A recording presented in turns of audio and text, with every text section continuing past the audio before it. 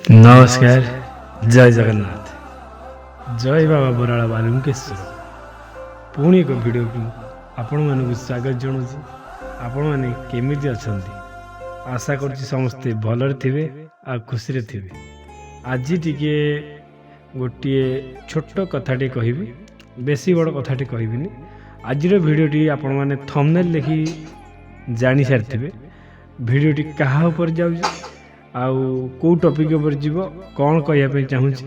आपण मैंने समस्ते जेतिक भी मते भाई भौणी मैंने भल पाती से माने ए वीडियो को मु आशा करछि प्रथम रु शेष जाए देखिए। प्रथम रु शेष जाए देखिले आपण माने किछिटा नुआ कथा शिखि पारिबे। आजिकल यार दुनियार केमिति कौन चलछि। आजिकल दुनिया आपण माने तो निश्चित जानिथिबे केमिति कौन सब दुनिया रे चलीछि, किंतु मु जो कथाटी कहबी आउ आपण माने टिके आउ बेसी जानिया को चेष्टा करिवे दुनिया रे केमिति कौन सब चलीछि। वीडियोटी आरंभ करिवा। केन्दुझर जिलार से जो घसीपुरा घसीपुरा केन्दुझर नहीं घसीपुरा गोटे झील मते 3 मास तले फोन करते या कहले कि भाई आपन किसी कहवाई चाहूँगी कथाटी आपण मैंने शुणिकी मोर किसी सॉल्यूशन बाहर करंतु, नहले मु विष खाइबी, नहले दौड़ा देवी, नहले नई पोखरी की डेई पड़ी।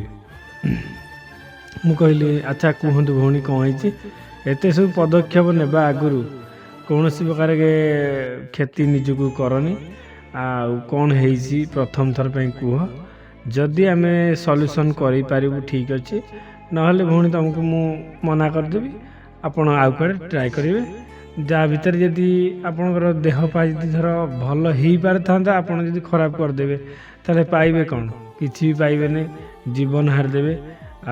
से तुम जहाँ भी जो जिनस भी तुम यही सब काम करने चाहूच सी तो खुशी रही तुम किंतु दुनिया रे नथिबो। अच्छा कह कौन करने चाहूच कह मुझे पारि ताले कहबी, जे न पारि ताले मना करदेवी।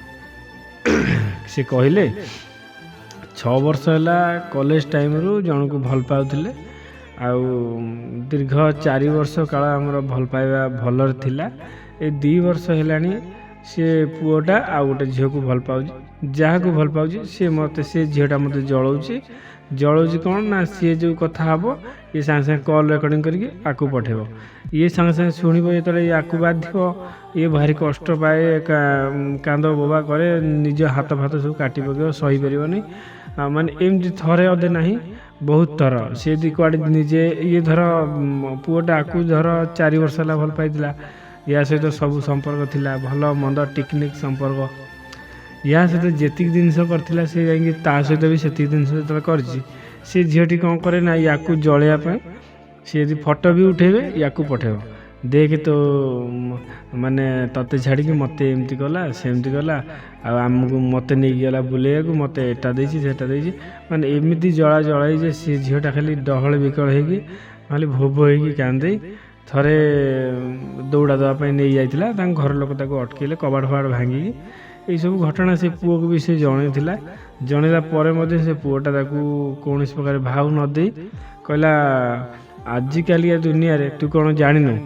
आजिकल दुनिया रे यूज कर छाड़ आउ किए परमानेंट है एम सब उल्टा सीधा कथा कहला जो से बाध्य है दौड़ा देवाई दौड़ा देकी माने धरिकी लुगा गोटे धरिकी भितर जाइए कबाटा दे देछि घर लोक ता माँ ता जेजेमा से बसिक टीवी देखुले से माने देखिकी सांगे सांगे कबाड़ फाड़ बाड़े माने घर पाखिया लोक डाकिकी से कबाड़ भांगी अटकई सी हूँ थरे गोटे पदक्षेप नहीं सुइसाइड से दिन तापर किछि दिन जाइए सी वीडियो फिडियो किसी छाड़े तो सब कथा जापारे छाड़े फिर से पुओटा कौन कला ना आकु फोन कला फोन करी कहला मु तते बाहेबी नहीं कि ताकू बाहेबी आउ तू मोर माने तू बाहबुनु तू सारा जीवन रहिबो मुझे तते चाहिए यूज करी आउ तू खाली सेती रही।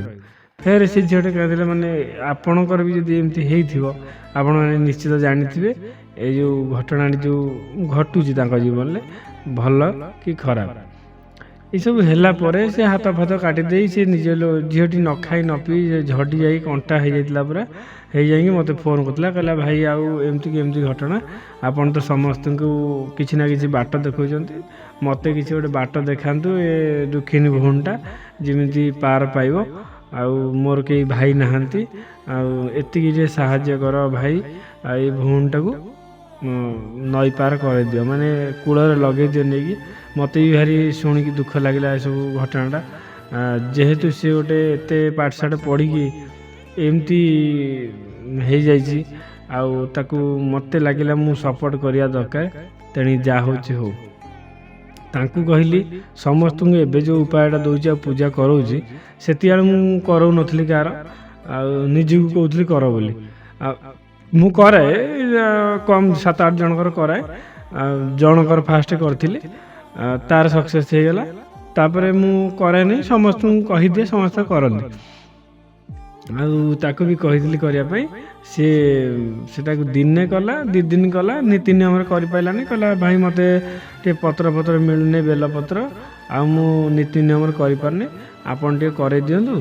ଆଉ ମୋ ପାଖରେ ତ ପଇସା ପତ୍ର ନାହିଁ, 100 ଟଙ୍କା ଅଛି, ଯେହେତୁ ମାଗଣା କରନ୍ତିନି, ମୁଁ 100 ଟଙ୍କା ଦେବି। ସେ 100 ଟଙ୍କାଟି ପଠେଇଥିଲା ତ କ'ଣ ହେଲା ନା, ମୁଁ ତାର ସବୁ ସୋମବାର କଲି। ଗୋଟେ ଗଲା, 2ଟା ଗଲା, 3ଟା ଗଲା, 4ଟା ଗଲା, 5ଟା, 6ଟା, 7ଟା ବି ପଳେଇଲା, କୌଣସି ପ୍ରକାର ରେଜଲ୍ଟ ବାହାରିଲାନି। ତାପରେ ମୁଁ ତାକୁ ଆଉ ଗୋଟେ ଉପାୟ ଦେଲି, ଦୀପ ଲଗାଇବା ପାଇଁ। ସକାଳ ସଞ୍ଜ 2ଟା 4ଟା ଦୀପ ଲଗାଇବା ପାଇଁ କହିଥିଲି। ଆଉ ଦୀପରେ ଯେଉଁ ସବୁ କହିକି ଯାହା ପକେଇ ଲଗାଇବା କଥା, ଯେଉଁଟା ଆପଣମାନଙ୍କୁ କହୁଛି, ସେଟା ବି ମୁଁ ତାକୁ କହିଥିଲି। ସେ ସେଇ ଜିନିଷଟି ସେ କରିଥିଲା। କଲା ପରେ ମୋତେ କାହିଁ ଲାଗିଲା, ମୁଁ ଯେଉଁ 7ଟା ସୋମବାର କରିଥିଲି, ମୁଁ ସେଥିରେ ତାଙ୍କର କିଛି ନିୟମ ଭାଙ୍ଗିଛି। 4ଟା ଖଣ୍ଡେ ନିୟମ ଠିକ୍ଠାକ୍ କରିଥିଲି, ଆଉ ଯେଉଁ 3ଟା ନିୟମ ମୁଁ ଭାବିଲି ଭାଙ୍ଗିଛି ବୋଲି, କାହିଁକିନା ମୁଁ ବି ନିଜେ ଭାଙ୍ଗିଛି 3ଟା ନିୟମ।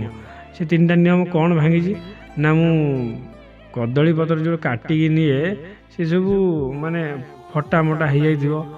ଆଉ ବେଲପତ୍ରଟା ଯେଉଁ 4ଟା ପରେ ଯେଉଁ ବେଲପତ୍ର ନେଇଛି, ସେସବୁ ବେଲପତ୍ର ପୋକ ମାରି ଦେଇଥିଲା। ମୋତେ କାହିଁ ରିଏଲାଇଜ୍ ଲାଗିଲାନି, ଠିକ୍ ଲାଗିଲାନି। ମୁଁ ଗୋଟେ କାମ କନି ଭଉଣୀ, ଗୋଟେ କାମ କର, ଆଉ ଥରେ ତୁମେ ଯେଉଁ 3ଟା ସୋମବାର ଟିକେ ମାନିବ, ସେ 3ଟା ସୋମବାର ମୁଁ ଆଉ ଥରେ ଟିକେ ଟ୍ରାଏ କରେ। ଆଉ ଗୋଟିଏ ସୋମବାର କରିଛି, ତାର ମୋ ପାଖକୁ ଫୋନ୍ ଆସିଲା, କହିଲା ଭାଇ ସେ ଯେଉଁ ମୋତେ ଫୋନ୍ କରିଥିଲେ, ଆଉ କହିଲେ କି ତାର ସବୁ ମୋର ଭୁଲ ଭାଲ ହେଇଯାଇଛି, ଏମିତି ଭୁଲ ଆଉ କେବେ ବି ହେବନି, ମୋତେ ଏତିକି କ୍ଷମା କରିଦିଅ, ଆମେ ସାରା ଜୀବନ ପାଇଁ ଫେର ଖୁସି ହେଇ ରହିବା। ଆଉ ସିଏ ତାକୁ ମୁଁ ଜୀବନରୁ ହଟେଇଦେଲି। ଆଉ ସିଏ ମୁଁ ଜାଣିଛି ସିଏ ଭଲ ନୁହଁ, କାହିଁକିନା ସିଏ ଯଦି ଭଲ ହେଇଥାନ୍ତା ତୋତେ କେବେ ଜଳେଇବା ପାଇଁ ଚେଷ୍ଟା କରିନାହାନ୍ତା, ଆଉ ତୁ ବି ଏତେ ସବୁ ସୁଇସାଇଡ୍ ଆଟେଣ୍ଡ କରିନାହାନ୍ତୁ। ଏମିତି ସବୁ ଦୁଃଖ ଜଣେଇଲା ପରେ ସିଏ ମୋତେ ଏମିତି କହିଲା, ଭାଇ ମୁଁ କ'ଣ କରିବି? ଆଉ ମୁଁ କହିଲି ଦେଖ, ଆଉ ଗୋଟେ 2ଟା ମାନେ ଆଉ ଗୋଟେ 2 ଦିନ କି 2-4 ଦିନ ୱେଟ୍ କର, ଦେଖ ତାର କଥାବାର୍ତ୍ତା କେମିତି ଆସୁଛି। ଯଦି ତୁମକୁ ଫିଲ୍ ହେବ କି ସିଏ ଭଲ ରହିବ କି କ'ଣ, ତାପରେ ତୁମେ ଆଗକୁ ବଢ଼ିବ କି କ'ଣ। ସେ ସେଇଠି ଫେରେ 7-8 ଦିନ 15 ଦିନ ପଡ଼ିଲା ଭିତରେ ସେ କହିଲା ନା ଭାଇ ତାଙ୍କ କଥାବାର୍ତ୍ତା ଭଲ ଆସୁଛି, ମୋତେ କହୁଛି ଚାଲ କୋର୍ଟ ମ୍ୟାରେଜ୍ କରିଦେବା, ଆଉ ବରଂ ପଛରେ ବାହାଘର ହେବ, ନହେଲେ ମନ୍ଦିରରେ ବାହାଘର କରିଦେବା, ଯାହା ହେଲେ ଗୋଟେ ଯୋଗାଡ଼ କରିବା। ମୁଁ କହିଲି ହଉ, ଯଦି ତୁମର ଯେଉଁଟା ପାଇଁ ଏତେ ଆଶା କରିଥିଲ, ଯେଉଁଟା ପାଇଁ ଏତେ ଦିନ ଡହଳ ବିକଳ ହେଇଥିଲ, 2 ବର୍ଷ କାଳ ଏତେ ସବୁ ଟେନସନ୍ରେ ଥିଲ, ଏତେ ଦୌଡ଼ା ଦେଲ, ହାତ କାଟିଲ, ମାନେ ଏତେ ସବୁ ଟେନସନ୍ ନେଲ, ଏତେ ତୁମକୁ ଜଳେଇଲେ, ତୁମେ ଭୋ ହେଇ କାନ୍ଦିଲ, ସେସବୁ ପାର ହେଲା ପରେ ଯଦି ତୁମ ପାଖକୁ ସକ୍ସେସ୍ ଫେରି ଆସିଛି, ତୁମେ ମନା କାହିଁ କରିବ? ସେ କହିଲେ ହଉ ଭାଇ ଠିକ୍ ଅଛି, ମୁଁ ତ ଏବେ କଥା ହେଇପାରିବି ନାହିଁ, ଆଉ ମୁଁ ତୁମକୁ ମୋର ବାଲାନ୍ସ ଆଉ ନାହିଁ, ମୁଁ ତୁମକୁ 7 ଦିନ ଛାଡ଼ିକି ଫୋନ୍ କରିବି। ଆଉ ଠିକ୍ ଅଛି। ତାପରେ ମୋ ପାଖରେ ତାର ନମ୍ବର କୁଆଡ଼େ ତଳୁ ପଳେଇଲା, ଆଉ ଫୋନ୍ କରିପାରିଲେ। ଆଉ ମୁଁ ଦିନେ ଖୋଜୁଥିଲି, କାହାର ଗୋଟେ ନମ୍ବର ଖୋଜୁଥିଲି, ତାର ଆସିଗଲା, ଟ୍ରୁ କଲର୍ ଆସିଗଲା। ମୁଁ ଭାବିଲି ମାନେ ଇଏ ସବୁ 1.5 ମାସ ତଳର କଥା। ମୁଁ ତାପରେ ଯେତେବେଳେ ଫୋନ୍ କନି, ପହର ଦିନ ଫୋନ୍ କନି, ଯେତେବେଳେ ମାନେ କାରଣ ନମ୍ବର ଖୋଜୁଥିଲି ମୁଁ, ସେ ନମ୍ବରଟା ଟ୍ରୁ କଲେ ଲେଖା ଆସିଗଲା, ଫଟୋ ବି ଆସିଗଲା। ମୁଁ କହିଲି ଏତେ ଦିନ ହେଲାଣି ତାଙ୍କ ସହିତ କଥା ଟିକେ ହେଇନି, ଆଉ ସେ ତାଙ୍କର କ'ଣ ହେଲା କ'ଣ ନାହିଁ ମୋତେ ବି ଆଉ କହିଲେନି, ମୁଁ ବି ଆଉ ବୁଝିନି। ସାଙ୍ଗେ ସାଙ୍ଗେ ଲଗେଇଲି। ଯେତେବେଳେ ଲଗେଇଲି ଗୋଟେ ପୁଅ ପିଲାଟେ ଉଠେଇଲା, ଆଉ କହିଲା ଭାଇ କିଏ କହୁଛ? ମୁଁ କହିଲି ଚନ୍ଦନ କହୁଥିଲି ଯାଜପୁର ରୋଡ଼ରୁ। ସେ କହିଲା କେଉଁ ଚନ୍ଦନ? ମୁଁ କହିଲି ଆପଣ କିଏ କହୁଥିଲେ? ସେ କହିଲା ତମେ କାହାକୁ ଲଗେଇଥିଲ? ମୁଁ କହିଲି ସେ ଭଉଣୀ ଲଗେଇଥିଲି, ଆଉ ତାଙ୍କ ନାଁ କ'ଣ ଥିଲା ଏଇଟା,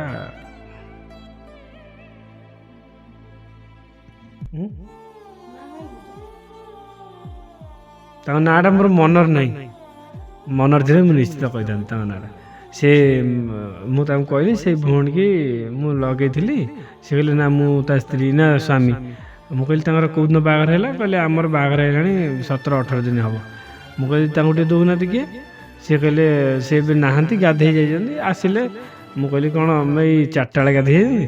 ସେ କହିଲେ ତୁମର କ'ଣ କାମ କହୁନାହାନ୍ତି? ମୁଁ କହିଲି କାମ କିଛି ନାହିଁ, ଆଉ ମୁଁ ଯେହେତୁ ତାଙ୍କର ଗୋଟେ ଭାଇଟିଏ, ଆଉ ସେଥିଲାଗି ମୁଁ ଫୋନ୍ କରିଥିଲି ଟିକେ ବୁଝିବା ପାଇଁ ଭଲ ମନ୍ଦ ବାହାଘର ହେଲାଣି କି ନାହିଁ। କହିଲା ହଁ ବାହାଘର ହେଲାଣି, ତମେ କିଏ ରଖ ତାହେଲେ। ମୁଁ କହିଲି ଆଚ୍ଛା ହଉ ତାହେଲେ ଠିକ୍ ଅଛି ରଖିଦେଉଛି। ଫେର୍ ତା ଆଡ଼ୁ ଫୋନ୍ ଆସିଲା, କହିଲା ତମେ କେଉଁଠୁ କହୁଥିଲ? ମୁଁ କହିଲି ଭାଇ ମୁଁ ଯାଜପୁର ରୋଡ଼ରୁ କହୁଥିଲି। ଆଉ ତାପରେ ସେ କହିଲା ତାକୁ ତୁ ଚିହ୍ନିଛୁ? ମାନେ ଗୋଟେ ଡାଲିକିଲା ଧମକିଲା ଭଳିଆ କଥା ସେ ଝିଅଟାକୁ ସେ ପୁଅଟା କଲା। ସେ କହିଲା କିଏ ସେ? କହିଲା ଚନ୍ଦନ ଭାଇ କିଏ? ଆଉ ମୁଁ କହିଲି ହଁ ଦେଉନା, ଦିଅ ତାଙ୍କୁ ଦିଅ, ମୁଁ କଥା ହେଉଛି। ସିଏ ଯେତେବେଳେ କଥା ହେଲେ କହିଲେ ଆଉ ମୁଁ ଜାଣିନି ତମେ କିଏ। ଆଉ ମୁଁ କହିଲି ତମେ ଏତେ କଷ୍ଟରେ ଥିଲ, ଆଉ ଠାକୁରଙ୍କୁ ଡାକିକି ତମର ସବୁ ସଲ୍ୟୁସନ୍ ବାହାର କରେଇନି, ତମେ ଲାଷ୍ଟକୁ କହୁଛ ମୁଁ କିଏ ଚିହ୍ନିନି? ନା ନା ମୁଁ ଚିହ୍ନିନି ତମେ କିଏ, ମୋର ତ ବାହାଘର ହେଇଗଲା, ଆଉ ତମେ କିଏ ନା ମୁଁ କିଏ? ଆଜିକାଲି ତ ଏଇସବୁ ଦୁନିଆ। ସମ୍ପର୍କ ପରିସ୍ଥିତି ଠିକ୍ ମାନେ ଅସୁବିଧା ବେଳେ ସମସ୍ତେ ସମ୍ପର୍କରେ ଥିବେ, ଆଉ ସୁବିଧା ହେଇଗଲେ କିଏ କାହାର। ଆଜିକାଲି ଦୁନିଆରେ କିଏ ବା କାହାର। ମାନେ ପରିସ୍ଥିତି ଯେତେବେଳେ ଦେଖ ଖରାପ ପଡ଼ିଥିଲା, ଭୋ ହୋଇ କାନ୍ଦୁଥିଲା, ତାକୁ ବୁଝେଇ ସୁଝେଇ ଉଚିତ ରାସ୍ତାରେ ରଖେଇ, ଆଉ ତାଙ୍କର ବାହାଘର ହେଇଛି ସତ, ହେଇସାରିଛି। ମୁଁ କିନ୍ତୁ ମାସେ 1.5 ମାସ ଆଉ ନମ୍ବର ପାଇଲିନି। ନମ୍ବର ଟ୍ରୁ କଲେ ଖୋଜୁଥିଲି ଜଣକୁ, ତାକୁ ପାଇଗଲି, ପାଇକି ଫୋନ୍ କଲି। ତାପରେ ଶୁଣିଲି ସକ୍ସେସ୍ର ବାଟ, ଆଉ କେମିତି କ'ଣ ପ୍ରଶଂସା ମୋ ପାଖକୁ ମୋତେ ସେ ଦେଲେ ମୁଁ ଶୁଣିଲି। ସମସ୍ତେ ତ ସେମିତି ନୁହନ୍ତି, ବହୁତ ଅଛନ୍ତି ଝିଅ ହୃଦୟରୁ ଭଲ। ଠାକୁରଙ୍କୁ ଡାକୁଛି ସମସ୍ତେ ସେମିତି ଭଲ ରୁହନ୍ତୁ, ଏ ଭଉଣୀ ଭଳିଆ କିଏ ନ ହୁଅନ୍ତୁ। ଭଉଣୀ ଭଳିଆ କାହିଁକି ସେ କହିଲେ, କେଉଁ ପରିସ୍ଥିତିରେ କହିଲେ ମୁଁ ତ କହିପାରିବିନି। ଆଉ ଯଦି କେଉଁ ପରିସ୍ଥିତିରେ ପଡ଼ିକି କହିଥିବେ, ସିଏ ବି ପଛରେ ରିଏଲାଇଜ୍ କରିଥିବେ କି ଭାଇଟା ଏତେ ମାନେ କେହି ନଥିଲା ବେଳେ ଭାଇଟା ଗୋଟେ ମଝି ଗୁଣ୍ଡ ଭଳିଆ ଠିଆ ହେଇଥିଲା ମୋ ପାଖରେ।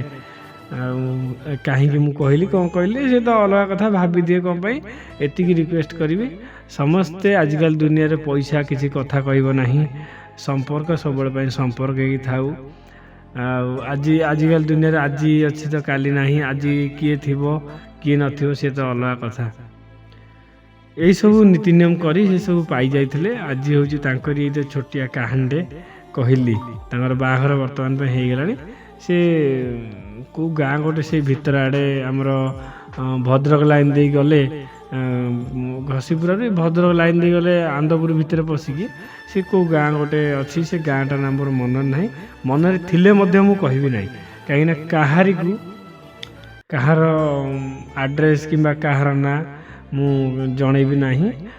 ଯେଉଁମାନେ ଜାଣିବା ପାଇଁ ଚାହୁଁଛନ୍ତି ସେମାନେ କାହାକୁ ଜଣେଇବା ବି ଠିକ୍ ହେବନି, କାହିଁକିନା ଗୋଟେ ଜିନିଷ କାହାକୁ ଜଣେଇଲେ କି ଜାଣିବ କି ଏଇଠିକାର ବୋହୂ ଏମିତି ହେଇକି ଆସିଛି, ଏମିତି ହେଉଥିଲା, କି ସେ ଝିଅଟା ଏମିତି ହେଉଥିଲା, ତାକୁ ମୋ ପୁଅ ବାହା ହେଲା କି ମୋ ପୁତୁରା ବାହା ହେଲା। ଏଇସବୁ ଜିନିଷ କିଏ କାହାର କି ନ କହୁନୁ, ସେଥିଲାଗି ମୁଁ କାହାର ନାଁ ନେଉନି କି କାହା ଗାଁ ନାଁ ବି କିଛି ନେଉନି।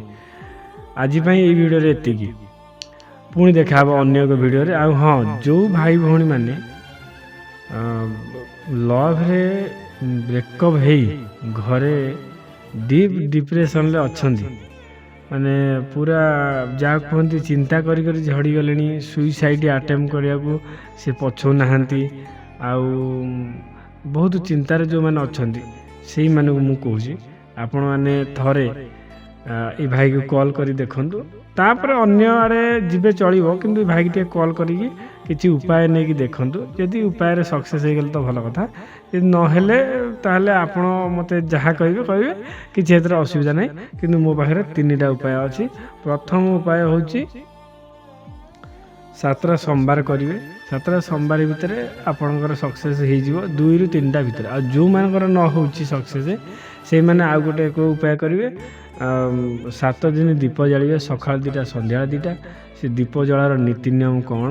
ଦୀପ ଜଳାର ନୀତି ନିୟମ ହେଉଛି, ଦେଖ, ରାଶି ତେଲ ଗୋଟେ ଆଣିବେ, ଯାହା ବି ହେଲେ ଲିଟରେ। 7 ଦିନରେ 28ଟା ଦୀପ, 28ଟା ଦୀପ ହାଫ୍ ଲିଟର ହେବନି, ହାଫ୍ ଲିଟର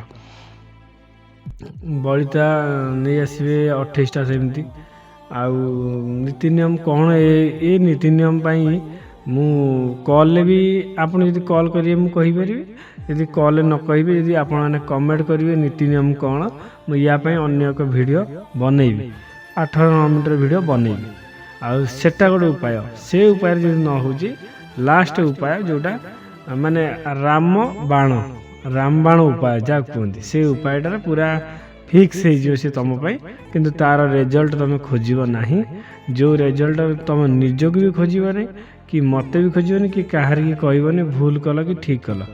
କାମ କରିବା ଆଗରୁ 10 ଥର ବୁଝେଇଦେବି ଫୋନ୍ କଲେ, ଆଉ 10 ଥର ବୁଝିଲା ପରେ ହିଁ କାମ କରନ୍ତୁ। କାମ ଯଦି କରିବେ ଥରେ ହେବ, ବେଷ୍ଟ ଅଧିକ ଥର କରିବେନି, ଥରେ ହିଁ କରିବେ। ଭୁଲ ହେଲେ ବି ଥରେ, ଠିକ୍ ହେଲେ ବି ଥରେ। ତାର ରେଜଲ୍ଟ ତୁମ ନିଜକୁ ବି ଖୋଜିବନି, କି ଭାବିବନି ଚନ୍ଦନ ଭାଇ କ'ଣ ଗୋଟେ କହିଥିଲେ, ମୁଁ କ'ଣ ଗୋଟେ କରିଥିଲି, ଆଉ ତାର ରେଜଲ୍ଟ କାହିଁ ମିଳିଲାନି, କିଛି ତ ହେଲାନି। ସେସବୁ ଜିନିଷ ଟିକେ ମାଇଣ୍ଡରେ ଆଣିବେନି, ଆଉ ସେଟାକୁ କରିବେ। ସେଟାର ରେଜଲ୍ଟ ଟିକେ ଲେଟ୍ ହେବ, 2 ମାସ 3 ମାସ 4 ମାସ ହେଇପାରେ। ଯେଉଁଟା ହେବ ଆପଣଙ୍କର ମାନେ ଜୀବନକୁ ଫର୍ଦେ କରିକି ପୁରା ପୁରୁଣା ଭବିଷ୍ୟ, ମାନେ ପୁରୁଣା ଅତୀତକୁ ଚିରି ଖୋପାଡ଼ି ଦେବ, ନୂଆ ଅତୀତ ପଳେଇ ଆସିବ। ଆଉ ଏମିତି ସେ ଫିକ୍ସ ହେଇଯିବ ଯେ ତାକୁ ମାନେ ଗୁଣି ଟୁଣି କରିଲେ ବି ତୁମଠାରୁ ତାକୁ କିଏ ଅଲଗା କରିପାରିବେ ନାହିଁ। ସେ ଯେତେ ଦୂରରେ ଥିଲେ ବି, ବ୍ରେକଅପ୍ ହେଇକି ଥିଲେ ବି, ସେ ତୁମ ପାଖକୁ ଫେରି ଆସିବ। ଏଟା ହେଉଛି ଗୋଟେ 100% ଗ୍ୟାରେଣ୍ଟି ଉପାୟ। ଆଉ ଗୋଟେ କଥା, ଯେଉଁଠି ମା କାଳୀ ରାଗିବେ ସେଇଠି ତାଙ୍କୁ କେହି ଶାନ୍ତ କରିପାରିବେ ନାହିଁ। ସେ ପୂଜାଟାରେ ମା ପାର୍ବତୀଙ୍କ କତିରେ ପୂଜା କରିବେ ନିଜ ଘରେ।